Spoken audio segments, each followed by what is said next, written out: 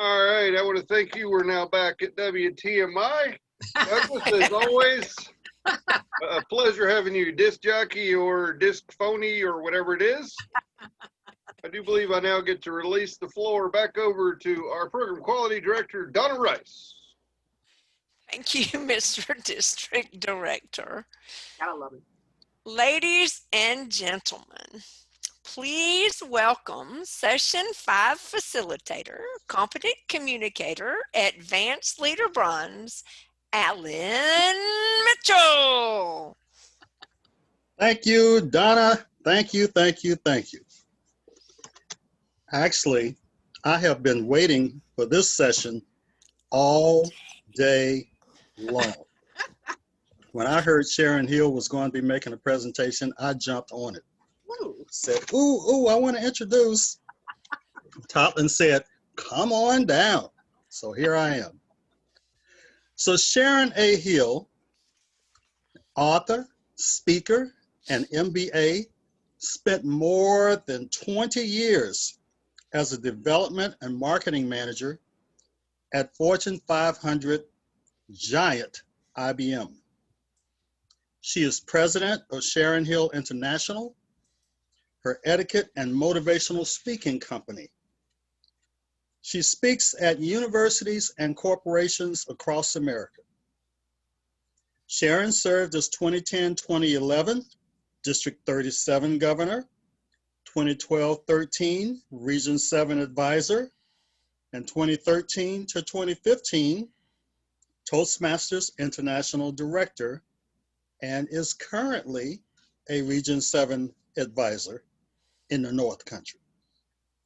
She has earned 4 Distinguished Toastmaster Awards, 4 DTMs, everybody. Today, Sharon is a member of 5 Toastmasters clubs and Vice President Education in 4 of those clubs. She is married to her husband and soulmate, Lucky Sharon. His name is Elmer Hill. He's a DTM, and they live in Chapel Hill, North Carolina. With that, ladies and gentlemen, we are going to have a fabulous presentation on servant leadership wins, shifting leadership culture by the phenomenal, distinguished Toastmaster, Sharon Hill. Alan, thank you so much. What an introduction. Thank you.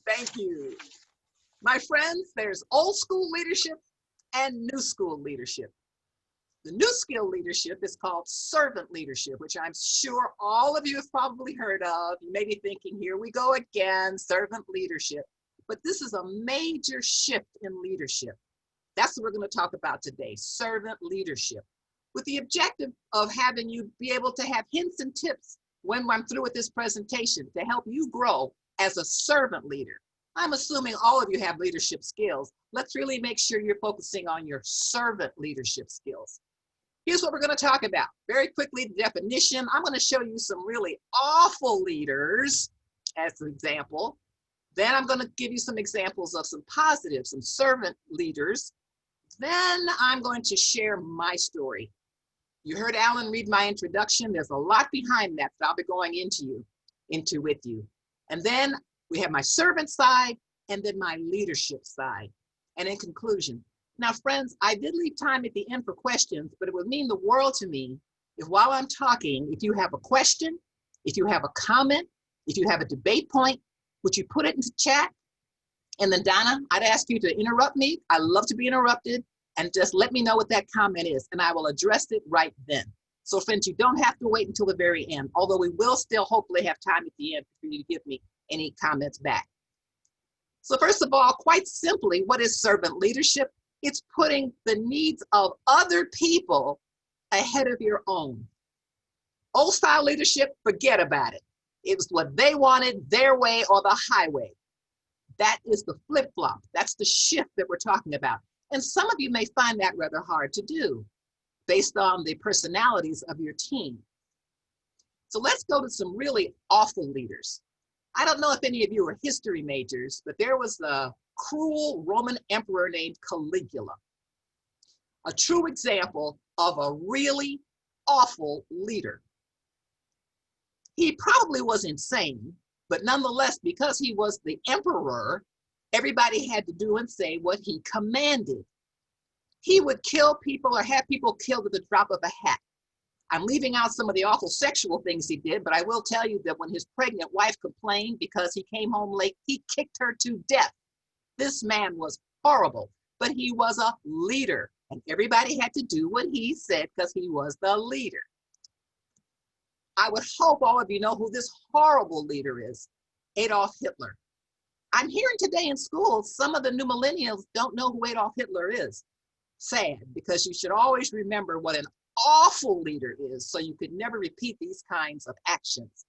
And if you know your history, you know that as an awful leader, Adolf Hitler had millions killed, not just Jews. He killed people from other countries. He had people, homosexuals, Jehovah's Witnesses. He killed anybody who we thought didn't measure up to what he thought the perfect Aryan man or woman is. That is an example of an awful leader. Let's bring it closer to home. Really awful Toastmasters leaders.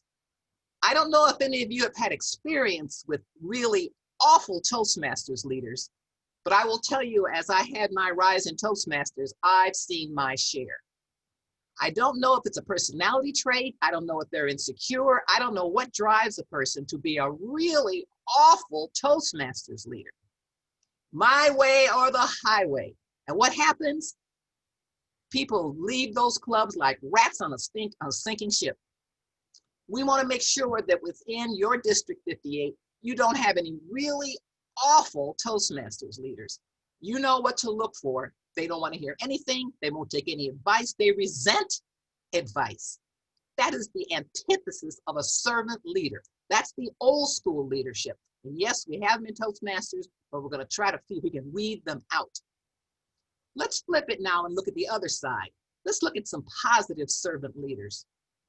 I hope all of you have heard of Dr. Martin Luther King. I'm shocked that a lot of the new kids in school have not, including a lot of Black kids, which just, I can't understand it.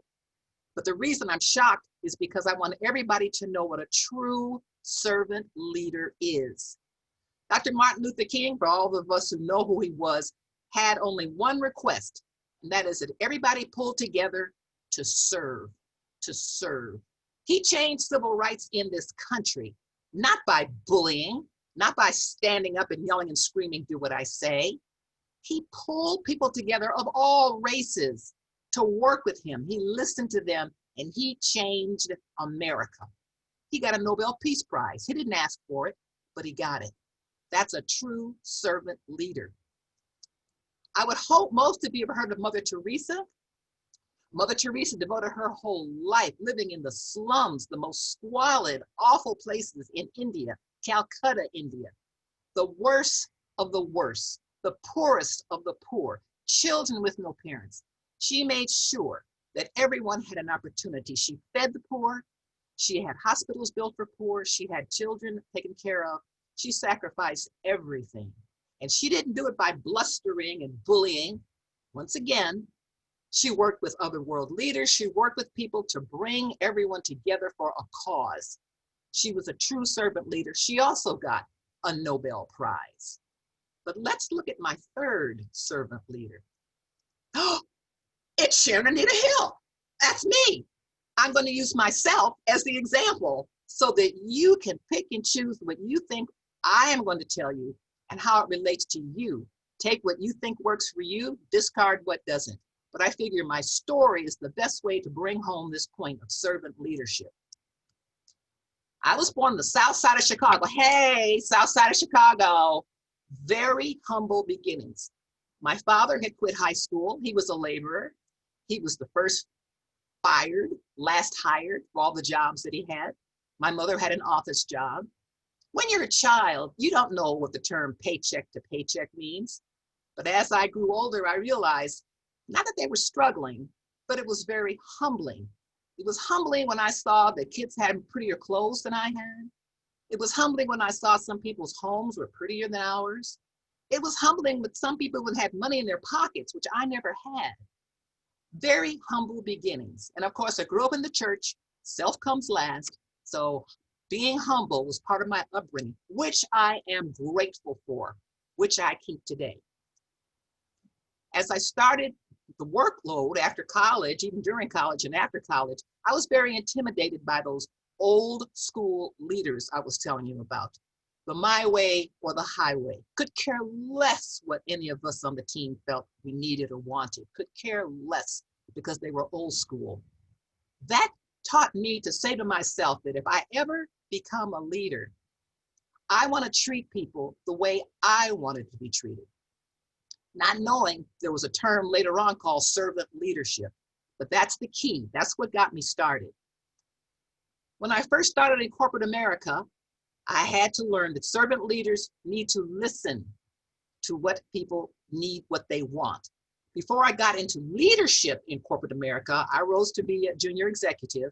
Before I got to those ranks, I wanted to just work with my teams, work with my groups, and understand why we were there, what's our point, what's our goal, listening to everybody.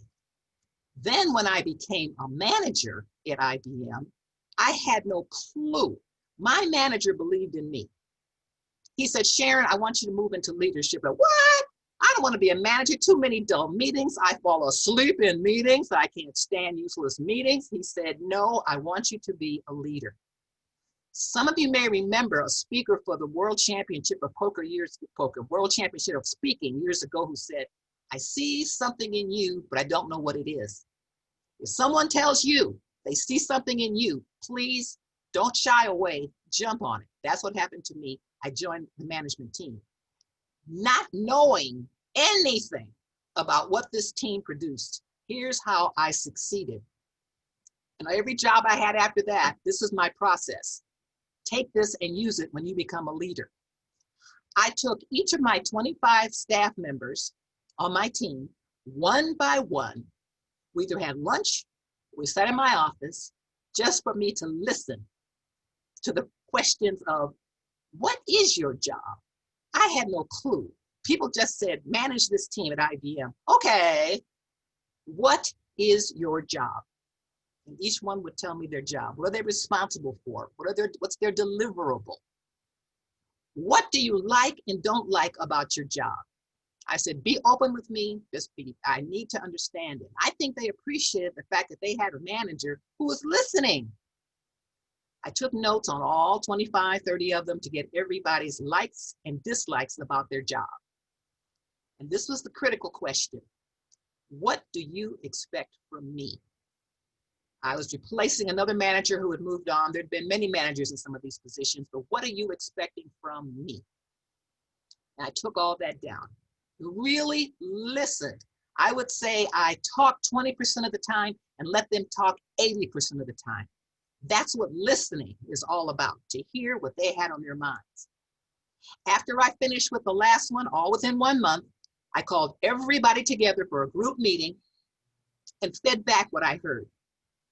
As I understand it, for this department, here are your goals. Here are your deliverables. Here's what overall you like about the job.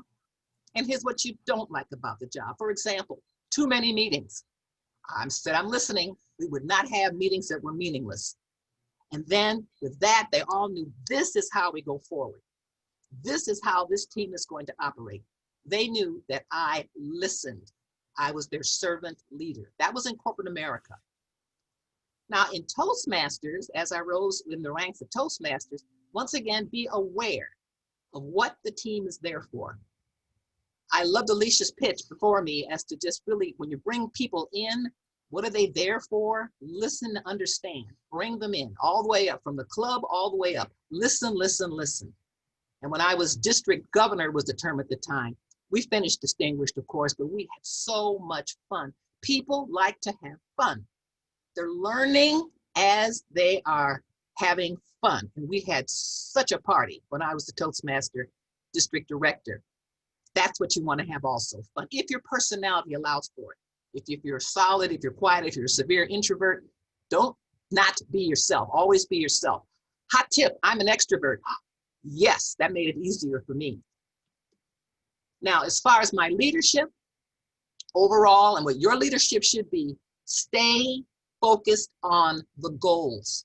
Stay focused on the goals because that's what you're getting paid for. This isn't a kumbaya party. We're here to get the job done, both in Toastmasters and in the workforce. Stay focused on the goals because remember, you're being watched from on high as well. Act decisively when action is needed. And I'm gonna give you some examples of that. You have got to act decisively.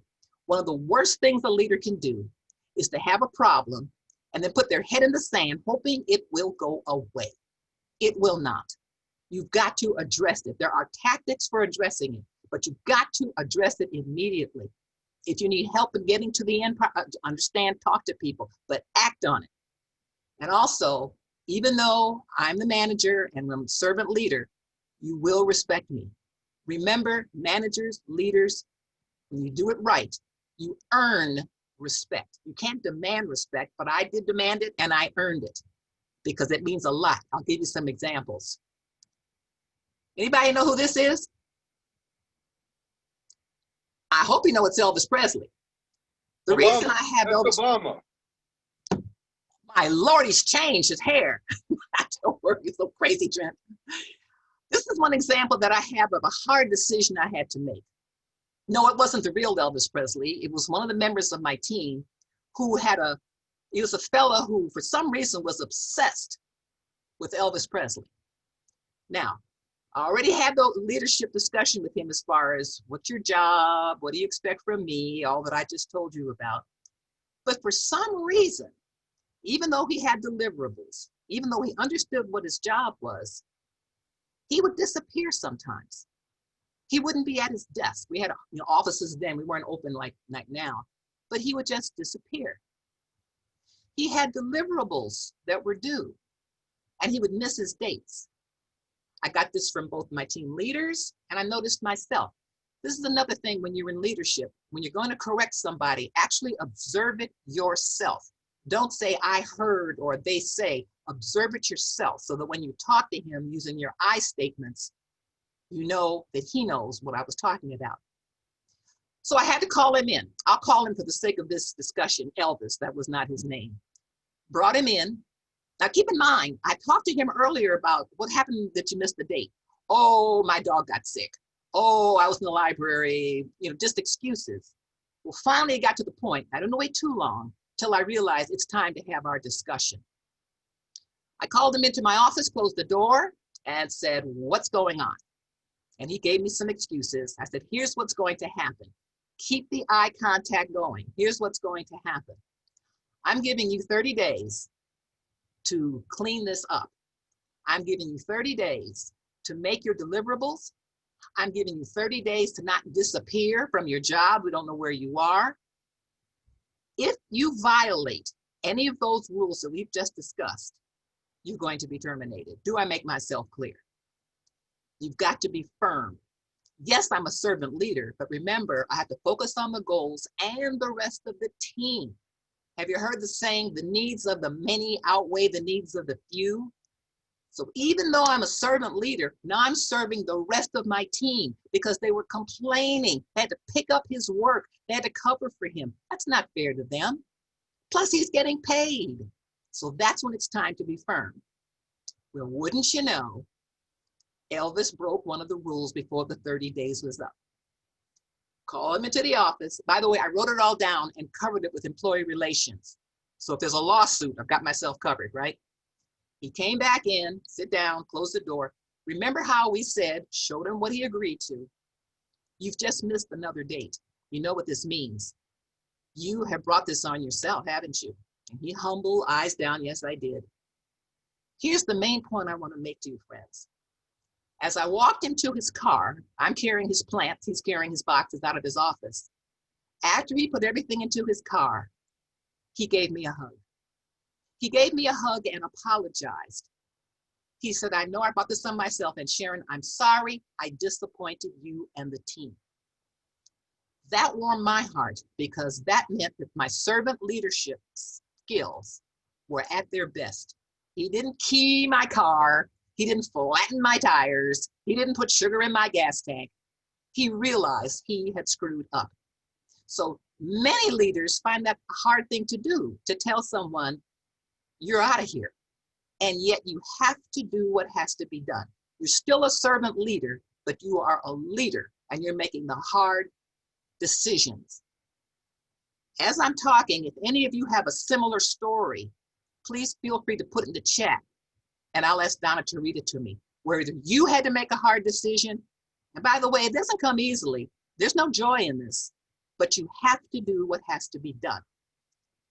Now, making the hard decisions. Let's talk about Toastmasters. I believe I was district governor at the time. In our district, area directors are selected, not voted on. House District 58, do you vote on them or are they selected by the district director? The area directors. Area directors are appointed. Appointed, all right. They're appointed in my district as well. And once again, I talked to everyone before they were appointed. Let them know what is expected. You're going to get your reports in. You're going to visit your clubs, everything they need to know. Do you accept this responsibility? You're going to be at every deck unless life happens. You let me know ahead of time. Yes, yes, yes, yes. Everybody knew they needed that area director stripe in order to become a DTM. You see a lot of that. And when, for all of you who are future leaders, when you see people who are just getting it to get a stripe, be aware of that. Well, don't you know, I had one area director. There was a complaint from his division director who said he was not making his club visits. Just wasn't making his club visits. So I called him. What's up with these club visits? Turns out he's married, had 4 little babies. He worked at a bank in the office. He couldn't get out during lunch hour to meet his clubs. I'm not going to do it. The division director wasn't going to do it. Said, I'm going to give you 30 days. If you can't find a way to get around this, you know what this means. Yes, 30 days passed. No club visits. What did I have to do? It was a hard decision made easy. Called him right away because he's in a different city. You know what this means. And he was out. His division director did have to pick up his area director role. It had to be done. I've seen many cases where division directors, area directors are kept in the job who don't do the job. A servant leader is a servant, but you're also a leader. You're setting an example for those who follow. You've got to make the tough calls and you'll sleep better at night. And the morale, by the way, for my corporate example and my Toastmaster example, the morale went sky high because they knew I'm in business and I had the rest of the team in mind to make sure that we're meeting our goals. That's the whole point. So now it's your turn. Who is shaping your world?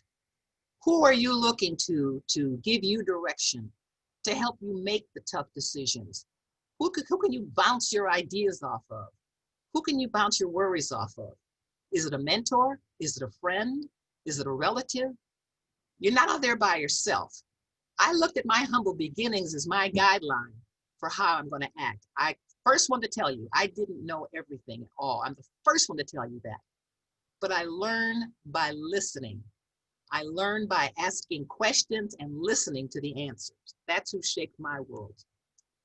Now, a lot of people have insecurities. Most people have insecurities. I had insecurities. Remember how I said I felt kind of humbled because people had prettier clothes than I had, nicer cars, prettier houses. I had to talk myself out of feeling that they were better than me. They're not better than me. They just have nicer clothes, nicer house, nicer clothes, more money. But it doesn't mean that I'm inferior. That insecurity usually is brought on in our own heads. As a leader, if you're feeling any of those insecurities, please work through it. Easier said than done, but work through it. Because if you're a leader, people are looking at you. They get their confidence from you because you show you're leading by example. And if you're completely insecure about stepping up and making the hard decisions, if you're insecure about calling someone in and telling them, you got to go through whatever process you use, you're not being an effective leader. You want to be an effective servant leader throughout the whole time. So think about your own insecurities. All of us have something. I'm too tall, I'm too short, I'm too skinny, I'm too fat, whatever it is. I don't have the education, I don't have the money. All that negative self-talk can impede your effective leadership. I know it's easier said than done, but knock them out. And the more you overcome them, the stronger you get. I don't have those insecurities anymore because I've shown that I know how to lead. And finally, whose world are you shaping by being a servant leader? Where do you plan to take your Toastmasters career? Where do you plan to take your career in a job? Do you want to have your own business with people working for you?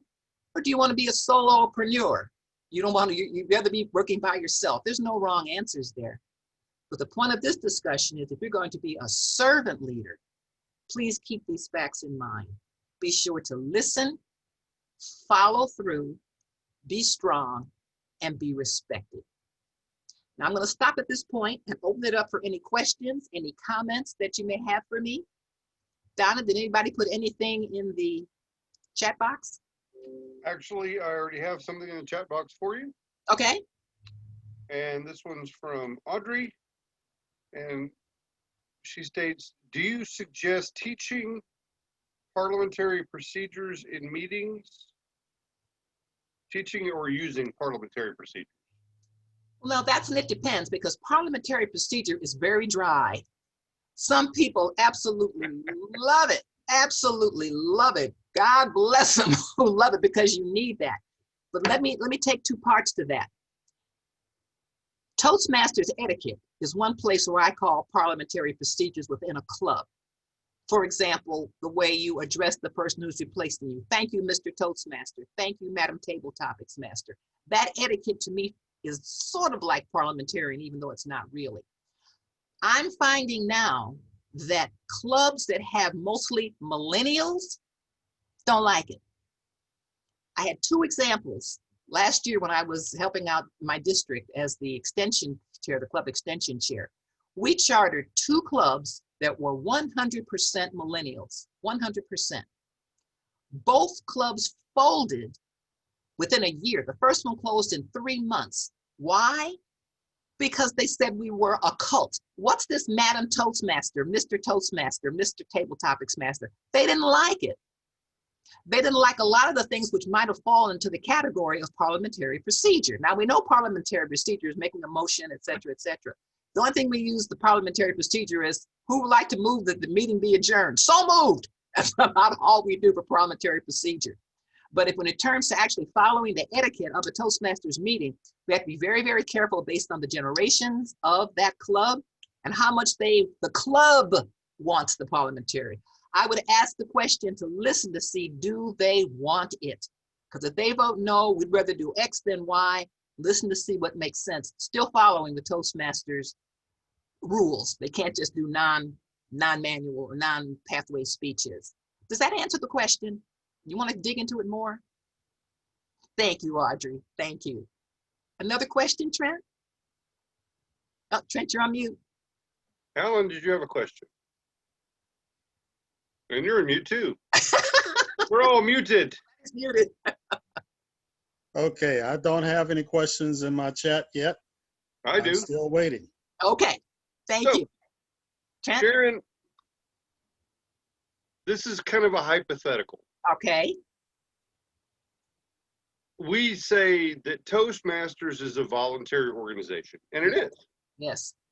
We tend to give people a pass on doing the work, as it's sometimes called a butt in a seat or not. So every year we have this problem that we get to the end and people aren't doing the work, but they still expect the credit. Two answers. According to Toastmasters International, if they fulfill the year, they get the credit. And I hate that. That's why I pulled out the area directors, because I didn't want them getting credit for not working. Now, the key there is pulling them out so if somebody replaces them, that person can get time to get the credit. Or be an assistant, this my example, area director, an assistant, they might not get credit for it, but they can apply next year and now they've got experience. but that's at the district leadership level. If a person's in the club and they have a role and they don't do it, I think the leadership team should pull them out. I am a strong believer. If a person is not doing the job, pull them out. Why reward not doing the job? And you're right, they're volunteers, and sometimes to make our numbers, we have to have this, we have to have enough officers going to training, but then the officer doesn't do anything. I say get them out. Get them out. Having said that, though, World Headquarters says if they serve their year or they serve their 6 month, based on what the role is, they do get credit. It's like some clubs don't want to give you the credit for doing a speech if you didn't meet the speech objectives. That's nowhere listed in Toastmasters. If you give that speech, yes, you give your evaluation. If it didn't meet the objectives, you still get credit for it. I don't like that, but that's the way it is. Did that answer you, Trent? Wasn't my question, just asking. Oh, okay, okay. Alan, back to you. You're welcome. Anything else? I still don't have any questions, Okay. so I will give a comment. Sharon, you fulfill every anticipated element of my excitement for this topic. So I thank you very much. My pleasure. Thank you. Alicia Taylor and I did a Toastmasters Leadership Institute in Greenville a few years ago. And we were told that that was one of the best Toastmasters Leadership Institutes that people had ever attended. Wonderful. One of the things we had in there was on servant leadership. Ah. And so when I saw that, I said, yes, yes, yes. Ah. So I applaud you. I hope everybody take your words seriously, especially the examples that you gave from your work and employment time. So that is just, it was just fantastic, I think. I appreciate it. So thank you very much. So much. I'll turn it back over to you. Thank you all. Okay. Oh, not yet. No, not yet. Sharon, you ain't done yet. I was just going to ask, anybody else have any questions? Now we're going to do You can verbal. still put them in the chat. And softballs are coming off, so it's all good. All right. Okay. Good for Sharon. Bring it on. Bring it on. I have a comment, Sharon. Some of the things. Chair recognizes Donna Rice. Thank you. Some of the things that you talked about, I was in a leadership class at the VA, believe it or not, is in a book called Monday Morning Leadership. It's a little tiny book about this big. Uh-huh. It's written in a man goes to another man who's known to be a great corporate leader because he needs some advice. And so he goes on Monday mornings to talk about the problems that he's having in his business. Uh-huh. It's a very, very thin little paperback book. It's called Monday Morning Leadership. Monday Morning Leadership. There's another little thin book called The 1 Minute Manager. Oh, I know that one, but this was by David Cottrell. It's a really, really good book. And it talks about some of the very same things that you talked about. Get rid of those people if they're not performing. Absolutely. Right. Make sure that they understand the job, make them sign it. And then if they're not performing, they're gone. They're gone. Was there another question? Donna, you just got confirmation from someone saying she's read it and she loves it. So it's a great book. I'm sorry, floor is open. I have a comment. Douglas. Douglas. I thought that I have some challenges on a couple of your good leader, bad leader comments there. Okay. I think you're a much better leader than Mother Teresa. Mother Teresa, to be contrary, was not a good leader.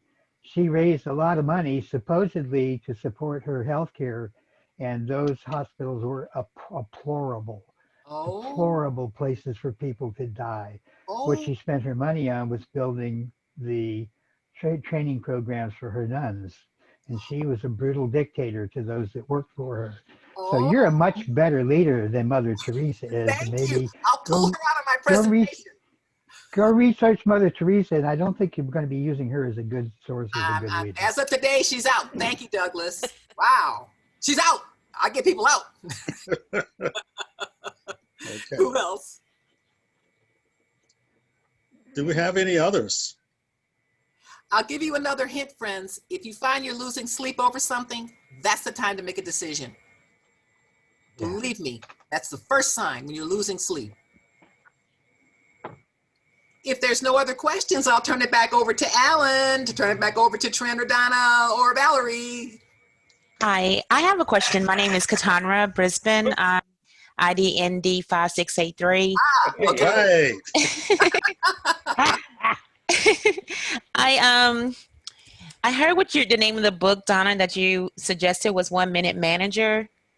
Not Donna, Sharon, I'm sorry. Donna, if you don't mind, can you reinstate or tell me the name of the book again so I can write it down? I'll write it down too. And The Donna, if one- you would put that in the chat, that'd be great. Yeah, Yeah. I'll do that. The one that Donna was speaking of was the Monday morning leadership. Monday morning. I'll put it in. Thank you. Mhm. Got it. I'll Thank pick you. that up. Thank you, Donna. Great question. Other question? I have a question. This is Valerie. Valerie. Sharon, when we get people out that aren't performing their jobs, we don't have pixie dust angels in the corner to pick up the slack. So how do you encourage the people that need to pick up slack because we've got rid of somebody? What's a good way to handle that?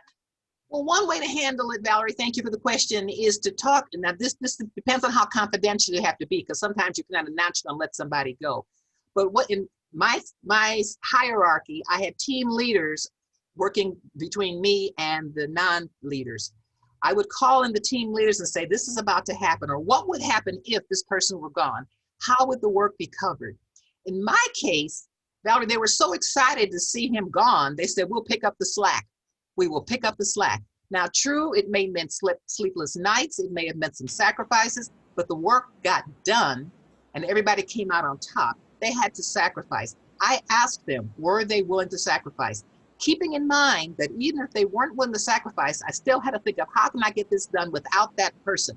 If that person were hit by a train tomorrow, how would that job get done? And it's amazing how much you can get done when you have fewer people to do something. And you're right, there's no pixie dust, and some people lose the skin on the inside of their hands. They work so hard. I've heard of that happening. But ask yourself, if this person were to fall into a sinkhole tomorrow, which has been known to happen without falling into a sinkhole, the job still gets done. It is the more time you give somebody to do a job, the more time they'll take. I'll give you another example. When we had our conference, the person who was my registration chair was not doing the job, so I fired her 2 weeks prior to the conference. She didn't know how many people registered. She didn't know how much money she had gathered. She didn't know where all their checks were. She didn't have what their clubs were. I mean, she did nothing. 2 weeks before the conference, we had almost 300 people. I had one person, his name was Steve, pull the whole thing together. Steve said he didn't sleep for 2 weeks, but he pulled it together, and the conference was a success. I didn't want to reward her for not doing her job. 2 weeks to pull together what usually takes months. So it's not an easy answer, but you got to find people who are willing to help pick up the slack. Assume the person has dropped into a sinkhole and you got to get it done. Thank Does that you. help, Valerie? Thank you. You're welcome. I see Audrey has her hand up. Yes, one of the things I love about Toastmasters is that they want you to apply what you learn in Toastmasters outside. Mhm. And so in leadership in an outside organization, I'm wondering, do you agree with giving a little time for training? Because I'm feeling like maybe I should have stated or written out the expectations for a particular position, and I may not have made it as clear as I should have. So do you concur that maybe I can coach this person along or get them out? Are you saying that the person came into the job with no experience, didn't get any training? Is that what you said? Yes, and it's a voluntary position or officer. Yes. Yes, in fairness, they would have to have some kind of guidance. Otherwise, they're walking blindly. They would have to have something. So I can't come down on them for not doing the job if they don't really know what the job is, unless you explain the job crisply in the beginning and they knew what they were getting themselves into and didn't have the foresight to take it upon themselves to find out what needs to be done. That's the case. Then they're gone. Okay. Gone. Okay. Easy. Gone. Make sure they don't have a gun. Might come back. Yeah, there you go. Right, there's some crazies. Yes. Tough love. Tough love. I believe my time is up, but I'll take any last questions. All right, Sure. Alan, back to you, sir. Sharon, I have one other comment Ah. on your comment that you just made based on the question that, what do you do to get the work done when that person is no longer there? One of the other things that you can consider is talking to your team and saying, okay, now we know that they haven't been meeting the deadlines. They've been missing in action. They have not done the assignments when we needed them to be done or how we needed them to be done. They were not there for the presentations. So all of this work is not getting done anyway. Exactly. What are we really going to be missing if that person is not there, except we can get it better organized and we know who's going to actually do it rather than having to jump in at the last minute to get it done. So that's going to take some of the stress off of us. That's So the answer. that's just another way to look at it. That is a perfect answer, Alan. Perfect. It's not being done. Find out a way to get it done. Just what you just said. You should write that down. That makes sense. I hope Okay, everybody heard what Alan said. That made sense. Anyone else have comments, questions, high praise, low praise, medium praise on our presentation? Thank you, Alan. Thank you all. And I'm pulling Mother Teresa out. Thank you, Douglas. All right, thank you. Thank you so much, Sharon. And at this point in time, I will turn it back over to our district director, distinguished